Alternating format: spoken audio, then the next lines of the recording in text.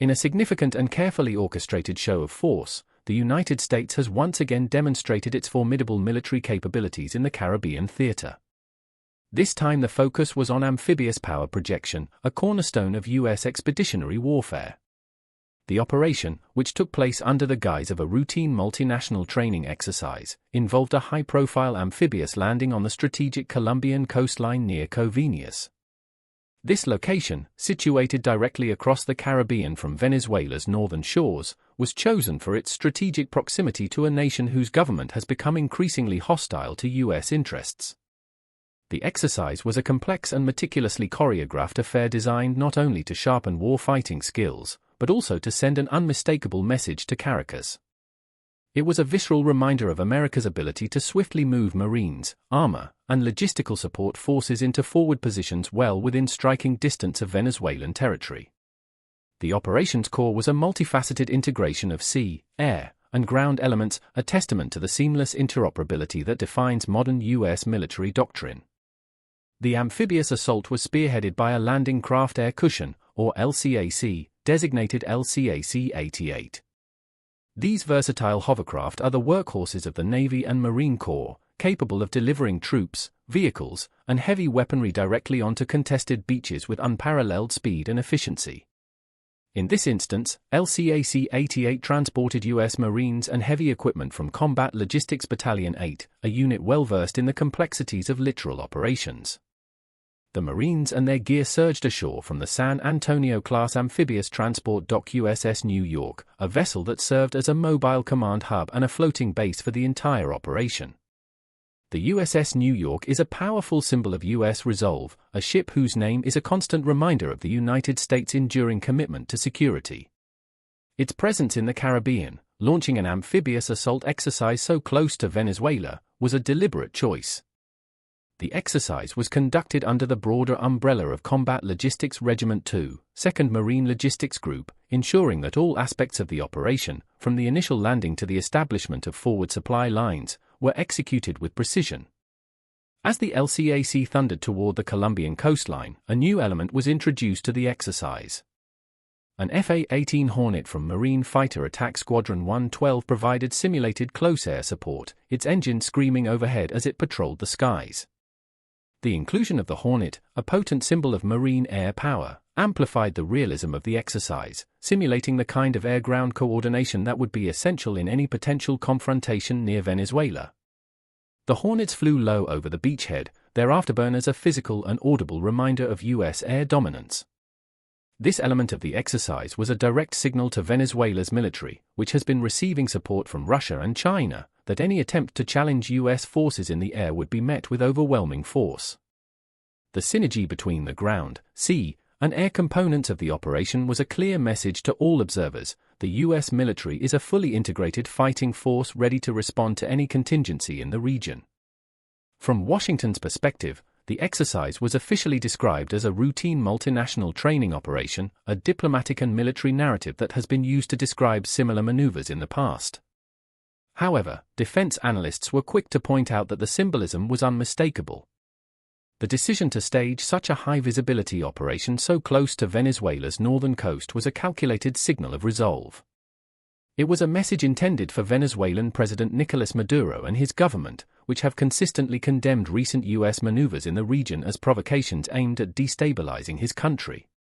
Senior U.S. defense officials maintained a firm stance, stating that freedom of maneuver in the Caribbean and support for regional partners such as Colombia remain non-negotiable aspects of U.S. foreign policy. This public and private messaging underscores a growing chasm between Washington and Caracas, a divide that has been widening for years. The amphibious landing was a dramatic display of force, an attempt to bridge that chasm with a clear and undeniable message that the United States is prepared to act decisively to protect its interests. The choice of Covenias, Colombia as the landing zone was far from coincidental.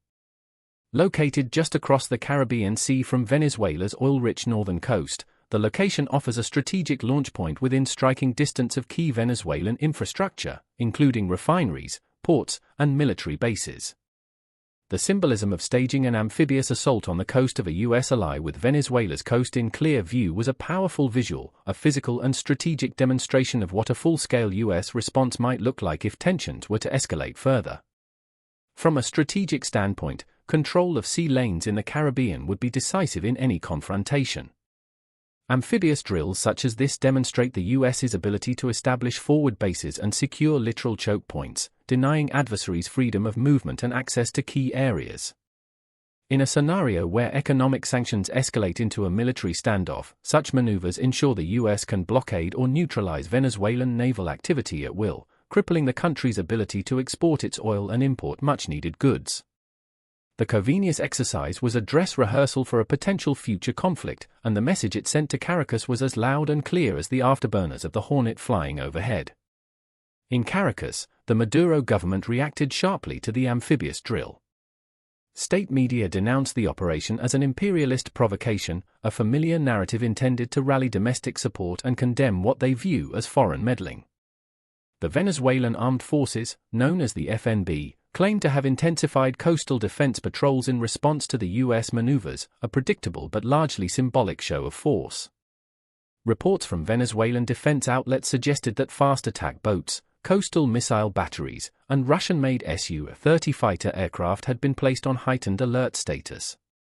Defense Minister Vladimir Padrino Lopez declared that Venezuela would defend every inch of its sovereignty, warning that any U.S. military activity near its borders would be met with a firm and proportional response. These public statements were a clear attempt to project strength and control, but military analysts noted that Venezuela's aging military hardware and limited logistical capacity pale in comparison to the expeditionary capabilities demonstrated by the U.S. Marines and their Colombian partners. The immense disparity in resources and technology means that while Caracas can issue bold warnings, its ability to act on them in a meaningful way is severely limited.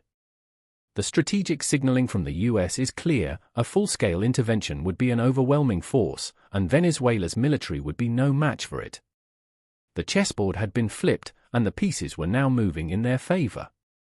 The tanks had not yet arrived, but their shadow was already casting a long, dark pall over Russian ambitions. The war of logistics, of production, of sheer will, was a battle Russia was now forced to fight on a new, far more dangerous playing field. The tanks had not yet arrived, but the transfer of these immense machines from American ports to the European front was a symphony of modern logistics on an unprecedented scale. In American ports, Abrams and Bradleys rolled onto cavernous cargo ships, their treads biting into the decks as they were chained down for the Atlantic crossing. Soldiers, meanwhile, flew separately, packed into charter flights with rifles slung and rucksacks heavy, leaving their machines to travel by sea. The separation was a stark reminder of the mission's complexity. Weeks later, as the ships opened their holds in European ports, Bremen, Gdansk, Antwerp, the world watched as the steel emerged. Abrams engines roared to life, a deep guttural sound as they rolled onto European soil. From the ports, the brigade dispersed inland. Heavy rail cars carried Abrams east, chains rattling, while Bradleys and artillery rolled with them. Convoys of trucks stretched into the night, headlights dimmed, escorted by military police. The movement could not be hidden entirely, social media lit up with sightings, and Russian intelligence surely recorded each one, but it was carefully timed, carefully planned.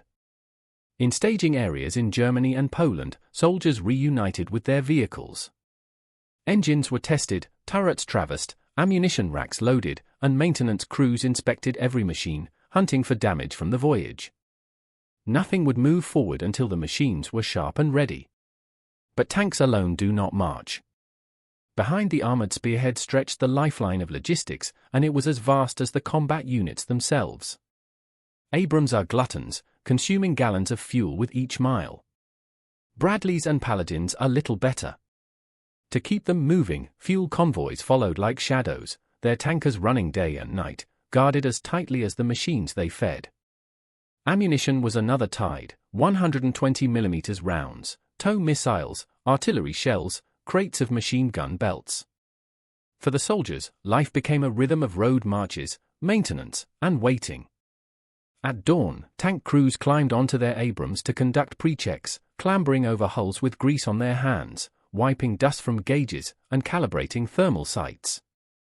Infantry squads sat inside Bradleys, cramped and sweating, swapping jokes or drifting into exhausted naps as their vehicles rattled east.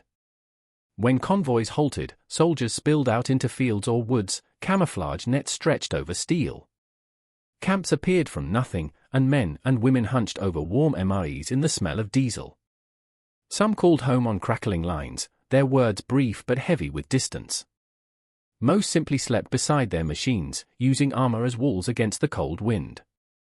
Nights were long, interrupted by the occasional buzz of a drone overhead, a reminder that the enemy was always watching. Inside the Abrams, the day began like ritual. The driver lay prone in his compartment, checking controls, making sure the beast would obey when coaxed forward. The loader rehearsed his motions, heavy shell to hand, breech open, round slammed forward with the force of a hammer. The gunner adjusted his sights, aligning his laser rangefinder, ensuring accuracy would not falter when needed.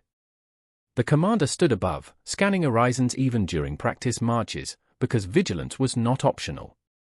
Their words were clipped, functional, pared down to their bones, so that in the roar and chaos, clarity remained. Nearby, paratroopers trained in tandem, flight, mobile, securing the ground the armored column would need to cross. From Moscow, every move was tracked with mounting alarm. Russian state television flashed maps of NATO convoys. Generals dug trenches and laid mines, and intelligence reports warned of American armor massing within reach of the Polish and Ukrainian fronts. The Kremlin understood the message. These machines were not abstract symbols, they were physical proof of American resolve, steel on the ground where it mattered. In Warsaw, the view was the opposite. As the convoys closed on staging areas in Poland near Przemysl and in Romania near Sire, the atmosphere thickened with inevitability. Soldiers knew each inspection, each mile, and each sleepless night had led them here. The ground shook beneath the treads of armor. The air vibrated with their passage. The sky overhead hummed with NATO reconnaissance planes circling watchfully. The brigade had not yet crossed into the combat zone, but it did not need to. Its very presence reshaped the battlefield. For the soldiers themselves, the mission was clear and simple: keep the brigade sharp, keep it ready, keep it moving. Their world was reduced to the essentials: maintenance checks, convoy schedules, supply lines, and the knowledge that one day the order might come to roll across the line. For Russia, the sight of Abrams and Bradleys was both a warning and a promise. For the world, it was proof that America still knew the weight of preparation, the discipline of soldiers, and the resolve to act when the stakes demanded it. Analysts now debate whether the U.S. amphibious drill is a precursor to more aggressive military action. Future steps could include carrier strike group deployments, expanded air patrols from bases like Puerto Rico, or joint training with regional allies like Brazil and Guyana. Each potential move would tighten the strategic noose around Venezuela, further isolating the Maduro regime and his international backers. The deployment of a carrier strike group in particular would be a major escalation, bringing immense air and naval power to the region and signaling a level of resolve that would be difficult for Caracas to ignore. Expanded air patrols would serve to further monitor Venezuelan military activity and create a persistent presence that would restrict freedom of movement. Joint training with new partners would build a wider coalition against Venezuelan aggression, strengthening the U.S.'s diplomatic and military position in the hemisphere. These options are all on the table, and the Covenius exercise was a clear demonstration that the U.S. has the capability and the political will to enact them if necessary. The deliberate nature of the drill, combined with its high visibility and strategic location, suggests that it is not an isolated event but rather part of a larger, coordinated strategy to reassert U.S. dominance in the Western Hemisphere. It is a calculated step on an escalation ladder, one that leaves Caracas with a choice between de-escalation or facing a more significant military response. For now, the amphibious operation in Colombia stands as one of the most visible demonstrations of U.S. resolve in the Western Hemisphere in recent years. It highlights not only military readiness but also the broader geopolitical stakes as the U.S. squares off against a Venezuela backed by rival powers. The thunderous roar of the Hornets, the powerful surge of the LCAC, and the silent, imposing presence of the USS New York all serve a singular purpose: to send a message that is both a rehearsal and a warning. It is a message that freedom of the seas will be protected, that regional partners will be supported, and that any attempts to destabilize the hemisphere will be met with a firm and overwhelming response.